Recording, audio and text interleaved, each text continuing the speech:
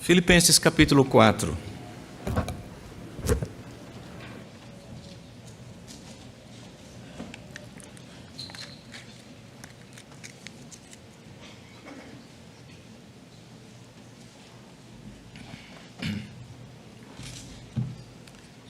Versículo 1. Portanto, meus amados irmãos, de quem tenho muita saudade, vocês que são a minha alegria e coroa, sim, meus amados, permaneçam deste modo firmes no Senhor.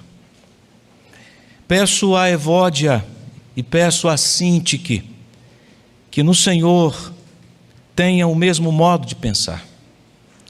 E peço também a você, fiel companheiro de jugo, que auxilie essas mulheres, pois juntas se esforçaram comigo no Evangelho, juntamente com Clemente e com os demais cooperadores meus, cujos nomes se encontram no livro da vida. Alegrem-se sempre no Senhor. Outra vez digo, alegrem-se. Que a moderação de vocês seja conhecida por todos. Perto está o Senhor. Não fiquem preocupados com coisa alguma, mas em tudo sejam conhecidos diante de Deus os pedidos de vocês, pela oração e pela súplica, com ações de graças. E a paz de Deus, que excede todo entendimento,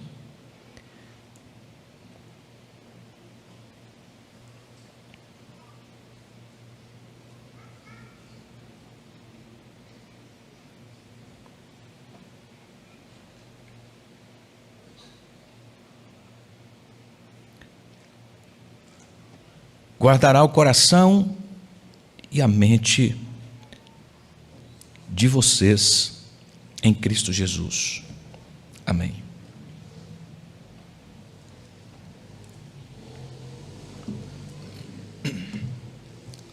O cristianismo, desde o seu surgimento, se mostrou comprometido com uma leitura de mundo e das pessoas que contrariavam o seu contexto nascente. O ensino do mestre apontava para um estilo de vida prático, observável e antagônico à incoerência de um saber morto, um saber que desprezava e oprimia o semelhante, que se revelava incapaz de responder sobre o significado da vida. Porém, o Evangelho, que é a sabedoria personificada, é a sabedoria em contínuo movimento, em constante ação, se revelou. Gosto de como Tomás de Aquino aborda o tema da sabedoria. Ele explica que a sabedoria não deve ser entendida como um conhecimento que advém de um estudo frio, mas como um saber que se experimenta, se saboreia. Deixe-me ilustrar isso do seguinte modo. Ouça essa descrição: bolo de tapioca frito, ganache de doce de leite caramelizado, sorvete de tapioca, raspas de limão e canela. Ouviram a descrição? Agora vejam essa imagem.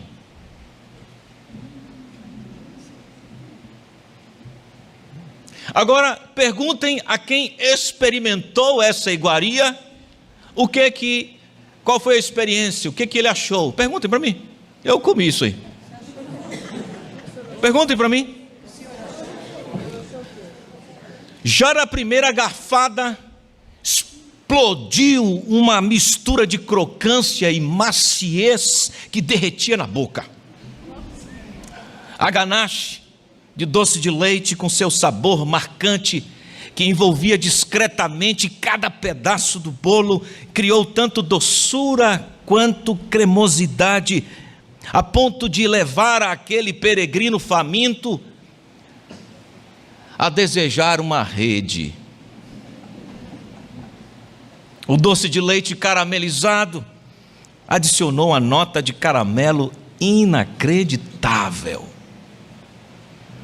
enquanto o sorvete de tapioca, com sua textura suave e seu sabor refrescante proporcionou ali um contraponto perfeito.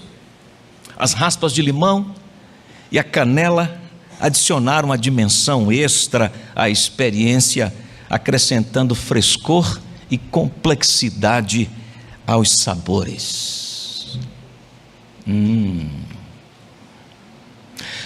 Qual a diferença entre a descrição que fiz,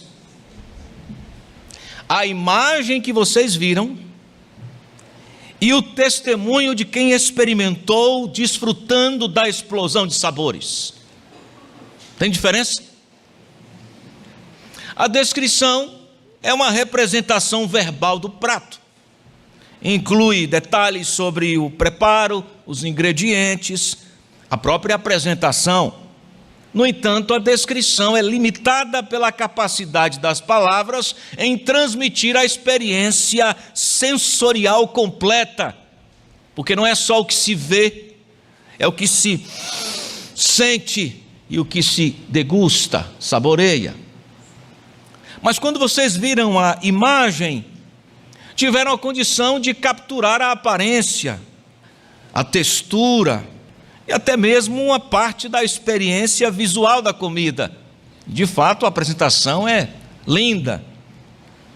Se não fosse tão gostoso, nem precisava comer. Bastava apreciar vendo. No entanto, ainda é uma representação limitada da experiência total do prato. Mas a experimentação do prato, o testemunho de alguém que realmente experimentou o prato, oferece uma perspectiva única, completa da experiência gastronômica. Quem experimentou pode compartilhar detalhes sobre a aparência, sobre o aroma, sobre a textura e o mais importante, sobre o sabor. Sobre o sabor. E não é assim com o Evangelho do Senhor Jesus Cristo. Respeitando as distinções de natureza, tempo e impacto, de forma análoga, podemos perceber essa relação com a sabedoria encarnada. O Evangelho não é sem propósito a declaração de Aquino, portanto, verdadeiramente sábio, disse Aquino, é aquele que sabe porque saboreou. Se realmente saboreamos o amor de Deus, nossos corações são transformados e as nossas ações são redirecionadas segundo o Evangelho. Passamos a comer à mesa do Senhor, a saborear do banquete eterno, a testemunhar de que nossa esperança não será experimentada somente nos tempos vindouros. Nosso deleite não será usufruído somente quando o tempo da nossa peregrinação terminar. Nossa transformação não será visível apenas quando a obra completa tiver sido concluída. Absolutamente. Nesse tempo, nesse processo progressivo de transformação, já desfrutamos da esperança maravilhosa. Já somos revestidos da graça, da alegria para terminar a obra que já começou, está sendo realizada. É assim que demonstramos que provamos o dulçor, o sabor do Evangelho. É nessa direção que seremos conduzidos nesse momento de ouvirmos juntos a palavra de Deus e aplicarmos essa porção que lemos no texto de Filipenses capítulo 4, na perspectiva das manifestações de quem experimentou o Evangelho. Olhando para o texto sagrado, capítulo 4, versículo 1, percebemos como o apóstolo inicia o capítulo, chamando a igreja, destacando o alvo da mensagem. Versículo 1, portanto, meus irmãos amados e muito saudosos, minha alegria e coroa, assim amados, permanecei deste modo firmes no Senhor. A primeira manifestação que eu enxergo nesse texto, de que experimentamos o Evangelho, é a nossa permanência firme no Senhor. O apóstolo tem uma relação conhecida com a igreja em Filipos. Nós que estamos um pouco familiarizados com a carta, já a lemos. Talvez você não leu a carta ainda aos Filipenses, terá a oportunidade de chegar em casa, ou estando em casa, quem sabe em outro momento, ler a carta aos Filipenses. Mas nós que estamos um pouco familiarizados com esta carta, percebemos o tom afetuoso que ela revela nas relações entre Paulo e a igreja. Paulo nutria um carinho, um afeto crescente por essa igreja, a igreja de Filipos.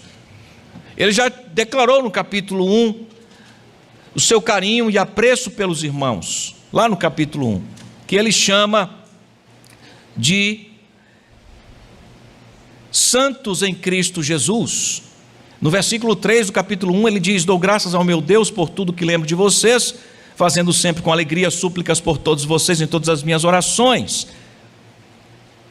E no versículo 9 ele ora pelos irmãos para que o amor que eles desfrutavam aumentasse e fosse testemunhado por outros.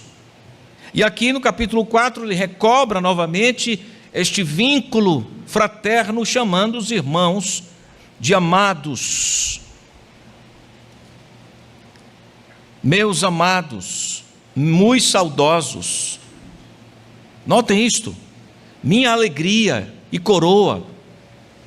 O que é que ele está fazendo aqui insistentemente com esses tratamentos, estas expressões de tratamento dos irmãos? Está elevando o apreço pela irmandade, pela igreja. Qual foi o desejo do apóstolo para com aqueles caríssimos irmãos, se é que a gente poderia resumir todas estas expressões lindas, afetuosas de tratamento numa frase? Permanecer firmes no Senhor é o desejo de Paulo para com aqueles caros irmãos. Fiquem firmes, como aquele soldado que está no campo de batalha, e apesar da resistência do inimigo, ele finca os pés no seu terreno de combate e não cede, não recua, porque ele sabe que a vitória se aproxima. No capítulo 1, versículo 27, o apóstolo já tinha dito isto aos irmãos: acima de tudo, vivam de modo digno do evangelho de Cristo, para que eu indo até aí para vê-los, ou estando ausente, eu ouça a respeito de vocês que estão firmes em um só espírito, como um pelotão conjunto, coeso, com uma só alma, lutando juntos pela fé evangélica. Esta figura do campo de combate mesmo, de batalha. E a demanda para os que experimentaram o evangelho é a permanência firme no Senhor. Eles saborearam do evangelho. Toda a carta até aqui trata destas manifestações do evangelho na vida. Então ele recobra aos irmãos para que continuassem no progresso. Veja como ele encara esse progresso. Meus irmãos, amados e muito saudosos, de quem ele sentia saudade, minha alegria e coroa. Então ele reage com intensa alegria ao crescimento dos irmãos. A ideia de coroa aqui é a ideia de sinal aprovado de Deus do seu trabalho, ao plantar aquela igreja, ao ver aquela igreja crescer e se tornar tão fiel e firme. Ele chama os irmãos de coroa, para denotar a ação de aprovação de Deus, o trabalho que ele realizou em Filipos. E observem que o vínculo fraterno está relacionado com a exortação para a permanência na firmeza do Senhor. Esta expressão no Senhor indica o Evangelho.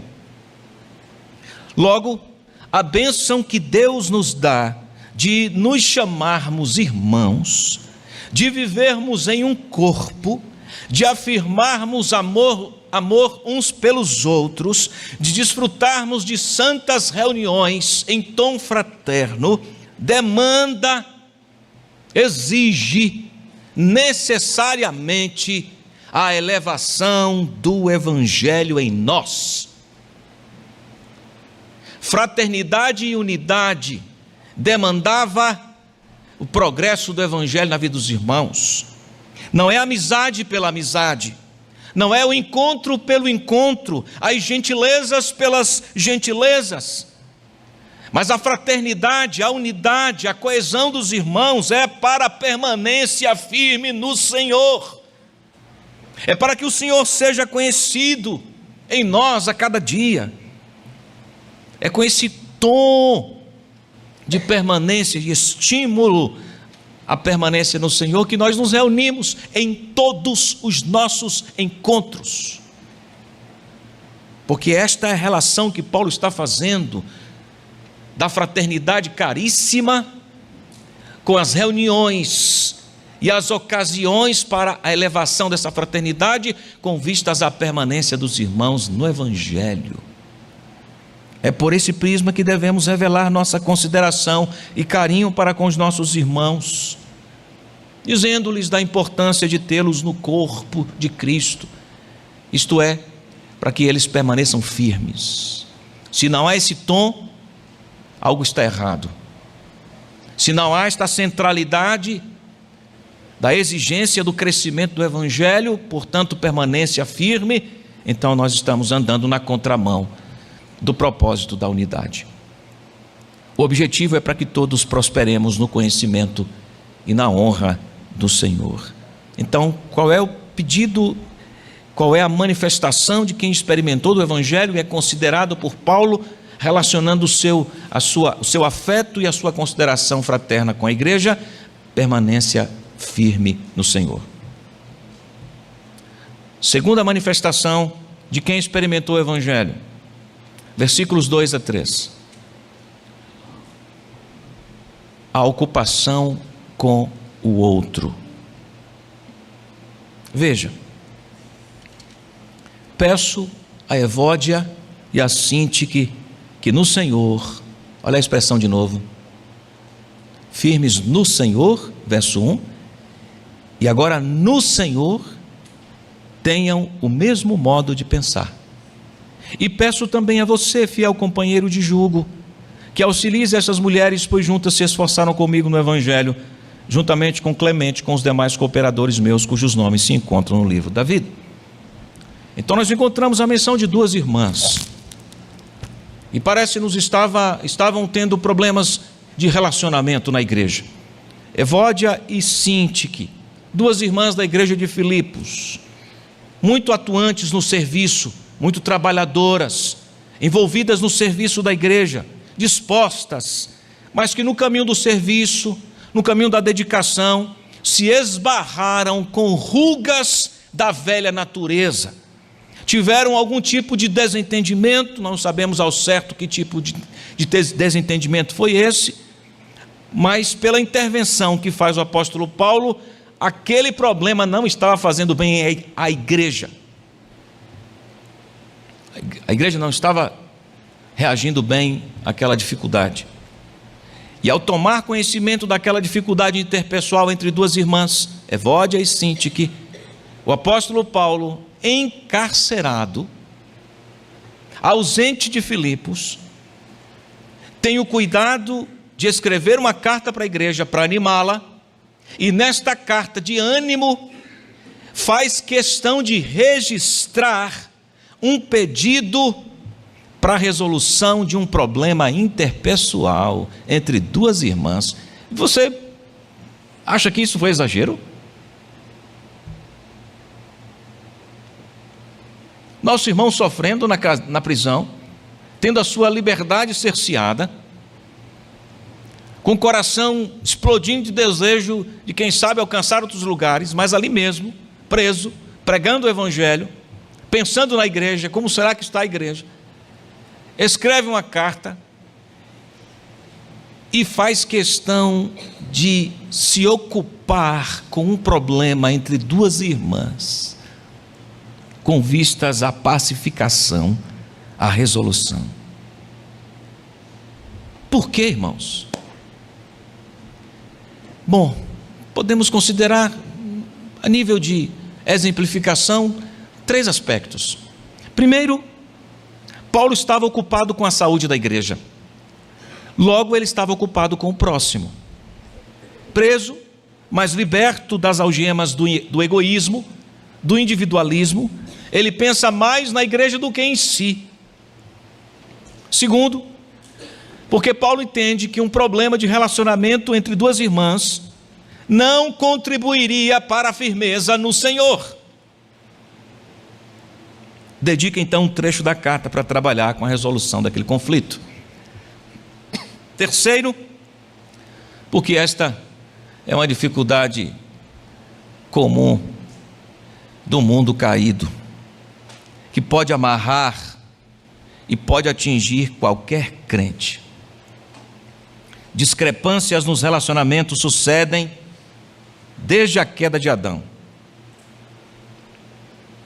De lá para cá, o ser humano enfrenta espinhos nos seus relacionamentos interpessoais.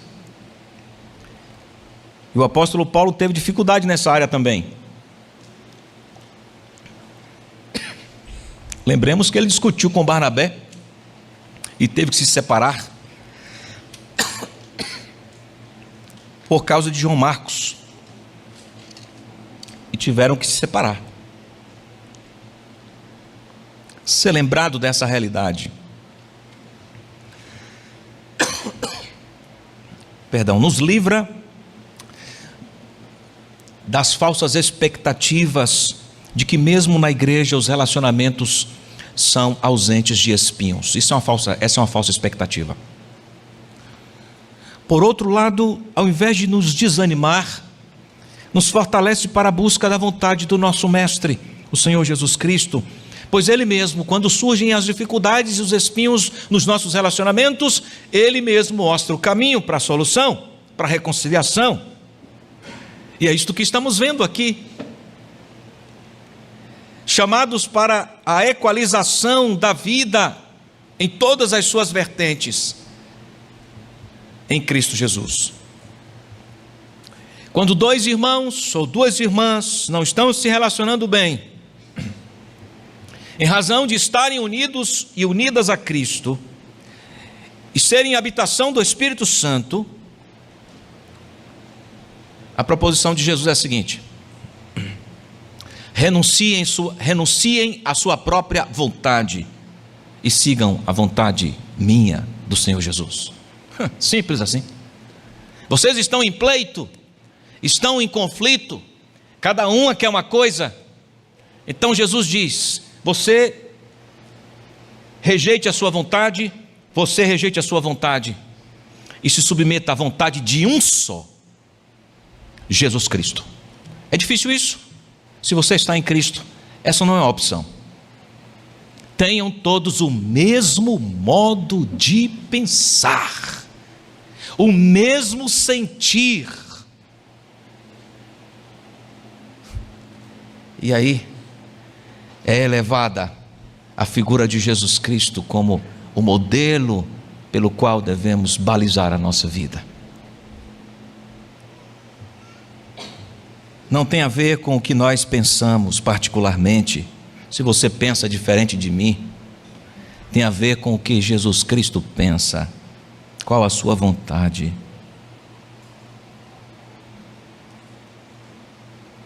Pensem concordemente no Senhor. Deus é tão sábio, meus irmãos, que nos redime, nos resgata das trevas, do mundo monstruosamente egoísta no qual vivíamos, mundo das trevas, mundo de Satanás, e nos coloca para vivermos não mais sozinhos, mas nos coloca em uma comunidade de gente diferente da gente, com histórias distintas, mas que está unida no mesmo trilho do pensamento, do viver, o de Jesus Cristo. E a partir de Jesus Cristo e nele continuamente nós desenvolvemos o nosso trabalho coletivo. E no meio do caminho algumas questões vão aparecer, algumas agruras, alguns espinhos, e ao invés de criarem raiz de amargura no nosso coração por causa do Evangelho, porque nós experimentamos o Evangelho, saboreamos renunciamos o nosso querer para vivermos o querer de Jesus Cristo.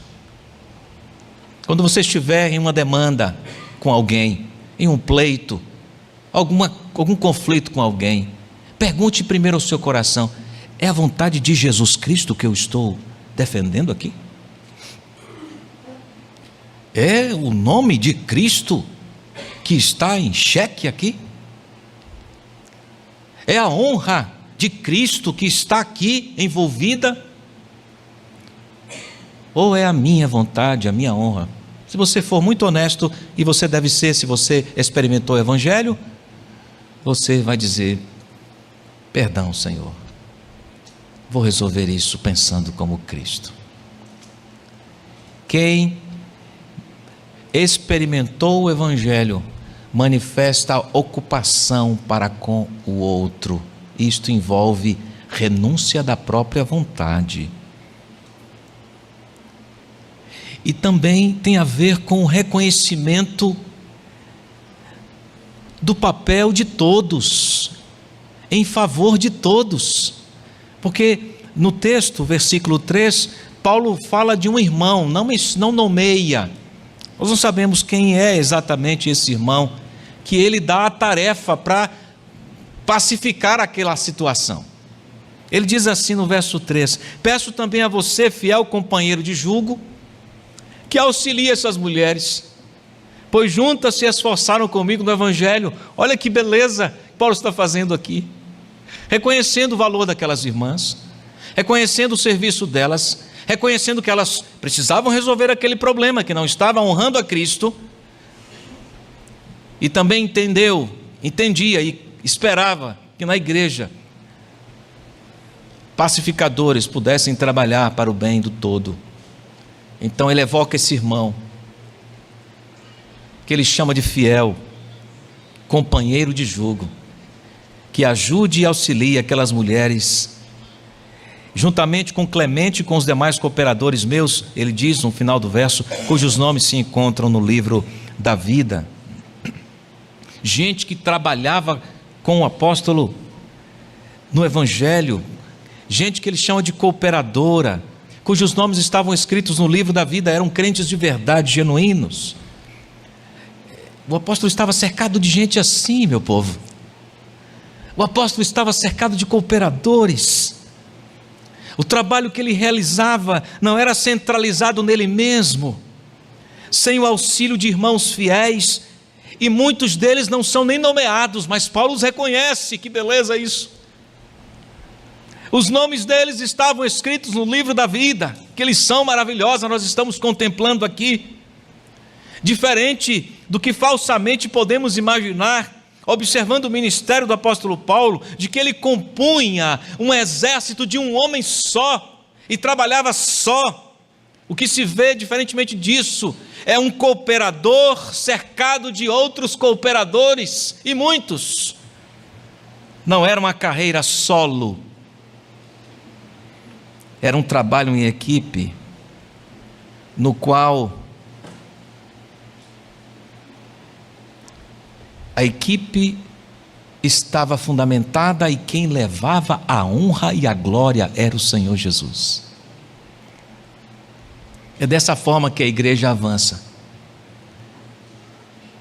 com cada um realizando o seu papel em favor do reino de Deus. Você é importante nesse trabalho, meu nobre irmão. Nessa grande videira, você é importante, viu? E é importante que você execute o seu papel, desempenhe o dom que Deus te deu. E se você está relapso, está fazendo a igreja sofrer, porque a igreja carece da instrumentalidade do dom que Deus te deu. Cada um cumprindo o seu papel. Todos são cooperadores. E quem leva a honra é Jesus Cristo. Diga amém. A honra não é sua, não é minha. A honra é do Senhor Jesus Cristo. Então já observamos aqui duas manifestações de quem experimentou o Evangelho. Primeiro, permanência firme no Senhor. Segunda, ocupação com o outro. Terceira manifestação. Versículo 7, 4 a 7. Desfruta do contentamento em Cristo Jesus. Alegrem-se sempre no Senhor. Outra vez digo, alegrem-se. Que a moderação de vocês seja conhecida por todos. Perto está o Senhor. Não fiquem preocupados com coisa alguma, mas em tudo sejam conhecidos diante de Deus os pedidos de vocês pela oração e pela súplica com ações de graças, e a paz de Deus, que excede todo entendimento, guardará o coração e a mente de vocês em Cristo. O que é isto senão satisfação em Cristo? Paulo está dizendo que aqueles irmãos, por estarem em Cristo, por conhecerem a Cristo Jesus, por testemunharem da transformação do Evangelho na vida, entendiam que Cristo era incomparável. A alegria é a expressão de abundância, de satisfação de quem desfrutou de Cristo. Aquela minha alegria sentida à beira da lagoa, nas Alagoas, desfrutando daquele bolo de tapioca, passou. Nem se eu chegar em casa e comer tripa frita, vai se comparar com aquele bolinho de tapioca. Passou. Essa alegria que sentimos de cumprimentarmos uns aos outros, você vai chegar em casa, ela vai passar. E amanhã, quem sabe, você terá um grande desafio, segunda-feira. Talvez o maior da sua vida, não sei. E a alegria? A alegria em Cristo estará aí. Sempre no Senhor. De novo, no Senhor. Alegrai-vos. Esta atitude de satisfação está presente no desenrolar dos argumentos de Paulo, escrevendo a carta aos Filipenses. Há quem diga que esse é um tema preponderante na carta, alegria. E de novo, essa atitude de satisfação não é um sentimento aleatório, fortuito. Não, é uma expressão de satisfação em uma pessoa. E aqui é tratada como uma ação imperativa. Alegrai-vos. Quando? Sempre. Em quem? No Senhor. De novo lhes digo, alegrai-vos.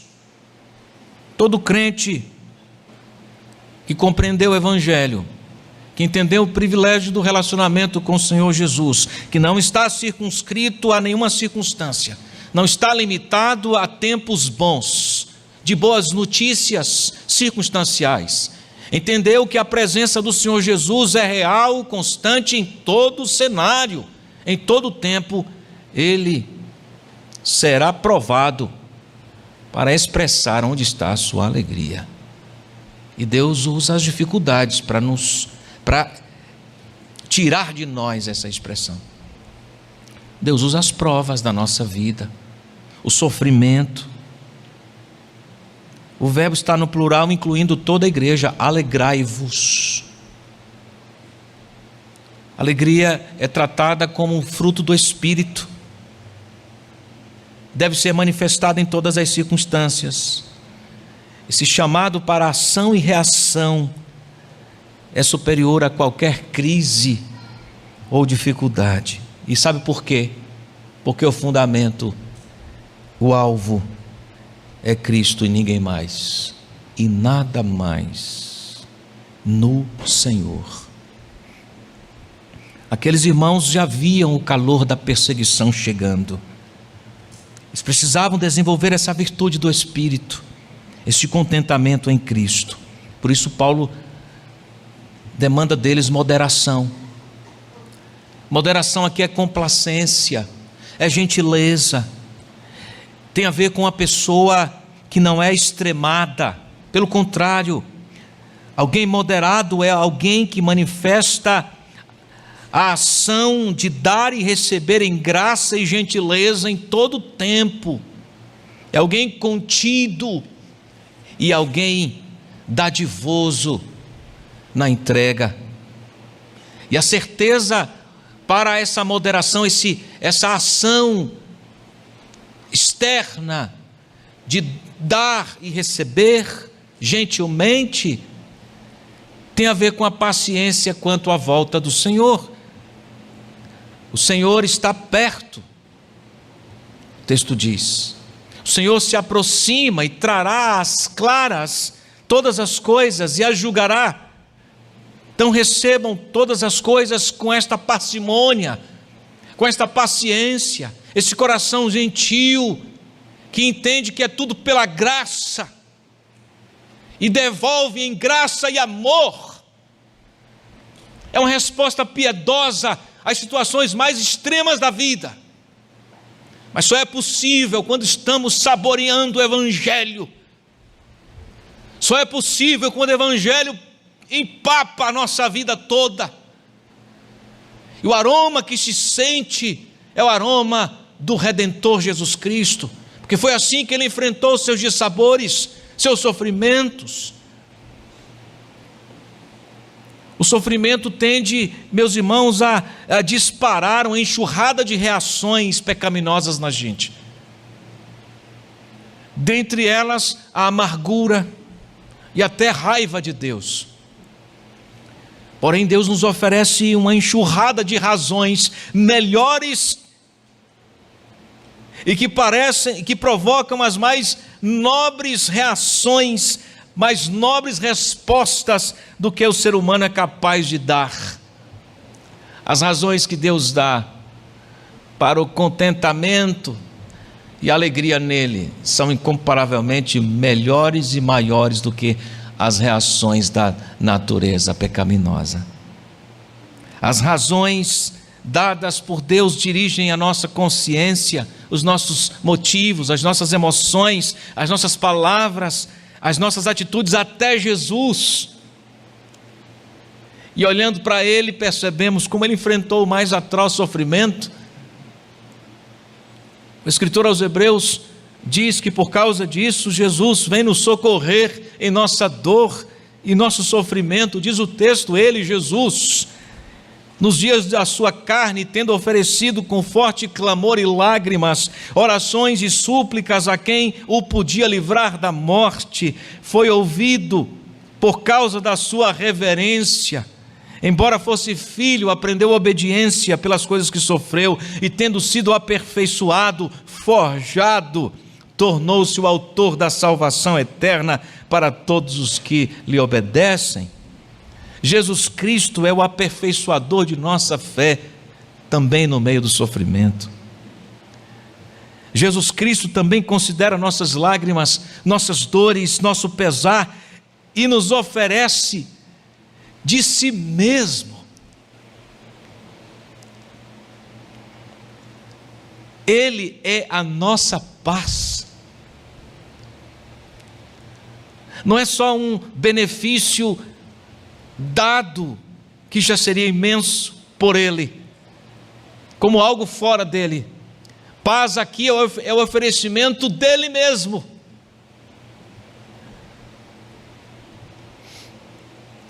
Não é um estado de espírito, é o desfrutar da presença de uma pessoa. Esta é a paz que excede todo entendimento. É o desfrutar da presença de uma pessoa que prometeu nunca nos deixar, nunca nos desamparar. Deixo-vos a minha paz vos dou. Aleluia, aleluia mesmo. É a paz de Jesus, é Jesus enchendo nossa alma, o nosso coração. Por isso ultrapassa todo entendimento. Não é uma coisa, é uma pessoa. Como alguém disse, minha indestrutível esperança é que Ele voltou o seu rosto para mim e nunca o desviará. Amém. manifestações de quem experimentou o Evangelho. Permanece firme no Senhor, se ocupa com os outros e vive o contentamento em uma pessoa, Jesus Cristo. Jesus é o seu contentamento, é a sua alegria. Passe o que passe, é assim, saboreamos, experimentamos e não trocamos Ele por nada nessa vida. Que o Senhor nos abençoe ricamente, possamos revelar durante a semana que nós experimentamos o Evangelho e possamos responder em fé. Todos os cenários nos quais Deus nos colocará, sejam eles o palco da revelação, da bondade, da graça, da glória de Jesus Cristo. Amém.